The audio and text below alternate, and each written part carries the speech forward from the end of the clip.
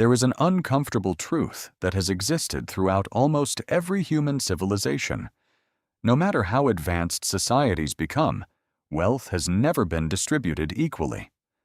In some countries, a tiny group of people controls more wealth than millions combined. This forces us to ask a difficult question. Is inequality created by human choices, or is it an unavoidable part of every society?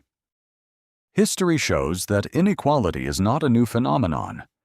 From ancient empires and feudal kingdoms to industrial economies and the digital age, economists have rarely found a society without inequality.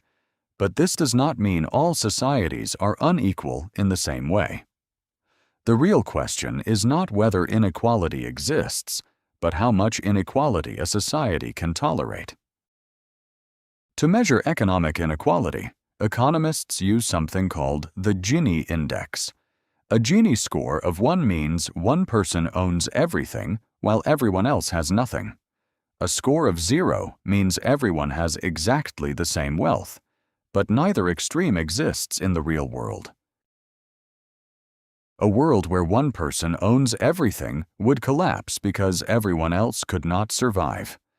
But a world where every person earns exactly the same is also nearly impossible because people differ in age, skills, jobs, opportunities, and choices. The important thing is that the Gini index does not tell the whole story.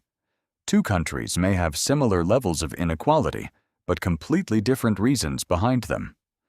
One may come from innovation and competition, while another may come from corruption, discrimination, or generations of concentrated power. To understand inequality, we cannot only ask, who has how much money? We must ask deeper questions. How did they get it? And do others have the opportunity to change their position? This is the difference between a competitive society and one locked by privilege. One of the biggest forces behind inequality is accumulated wealth over time. Two people may begin with only a small difference, but after decades, investment, ownership, and compound growth can turn a small gap into a massive divide. Money is not only something people own. Money itself has the power to create more money. This is why inherited wealth matters so much. A child born into a wealthy family does not only inherit money, they often receive better environments, better education, stronger networks, and more opportunities. The economic race begins long before many people realize they are competing. But this does not mean all inequality is harmful. Some differences can motivate people to learn, innovate, and take risks.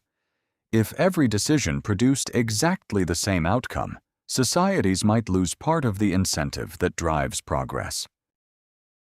Problems appear when the gap becomes too large. When a small group controls too many resources, they do not just have more money. They may gain more influence over education, media, policies, and the future direction of society. Economic inequality can become inequality of power. Throughout history, some societies have tried to reduce inequality by redistributing resources. Taxes, public education, healthcare, and social programs are designed to give more people a chance to participate. The goal is not necessarily to make everyone the same, but to create a fairer starting point. However, finding the right balance has never been easy. If society offers too few rewards for success, it may reduce innovation and effort.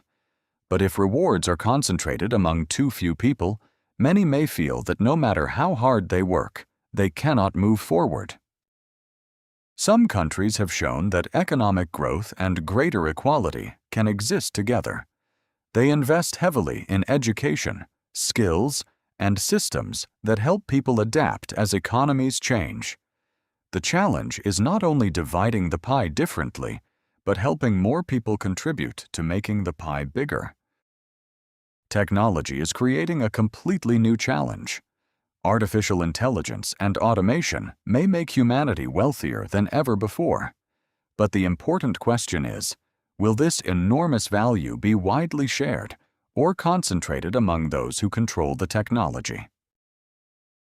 In the end, some level of inequality may be unavoidable. Humans are different, choices are different, and outcomes will differ.